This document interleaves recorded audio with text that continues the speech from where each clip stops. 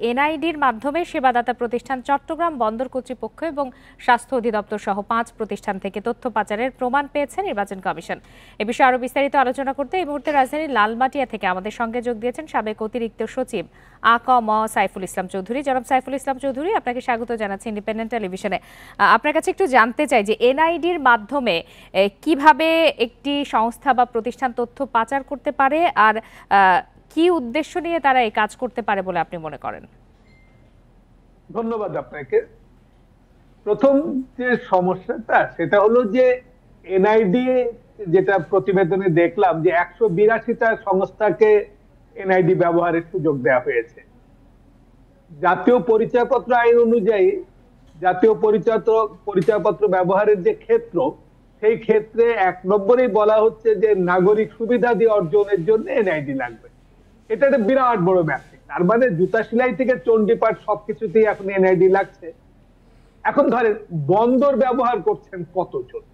নিশ্চয়ই 18 কোটি মানুষের মধ্যে 12 কোটি মানুষের এনআইডি আছে। 12 কোটি মানুষ তার বন্দর ব্যবহার করছেন। তাহলে আপনি কিন্তু পুরো ডাটাটাই বন্দর কর্তৃপক্ষকে দিয়েছেন। আর এখানে দেখা যাচ্ছে যে আমরা যে সব লোকে যে একেবারে সাধু লোক তা তো না। এখানে আবার 2 ধরনের আছে। একটা হচ্ছে অসৎ প্রক্রিয়াও হতে পারে, আরেকটা হতে পারে ভুল করেও হতে পারে।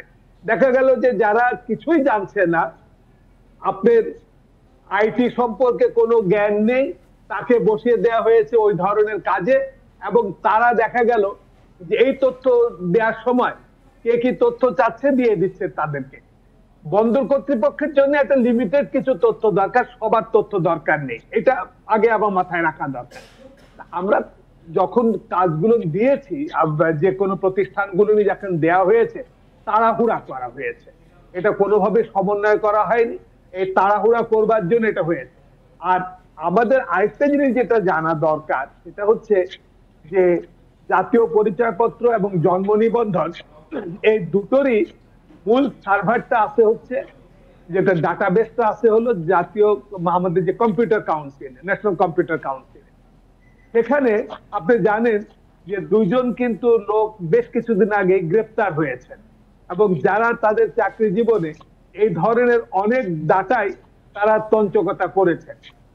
ফলে হতে পারে যে এখানে যে দুষ্ট লোক 2 জন ধরা পড়েছেন, তারা এই কাজগুলো করে থাকতে পারেন, এবং এই ধরনের স্পর্শকাতর বিষয়, আসলে এই ধরনের তথ্য পাচারের ঘটনা খুবই অনাকাঙ্ক্ষিত। জনাব সাইফুল ইসলাম চৌধুরী, আপনাকে অনেক ধন্যবাদ।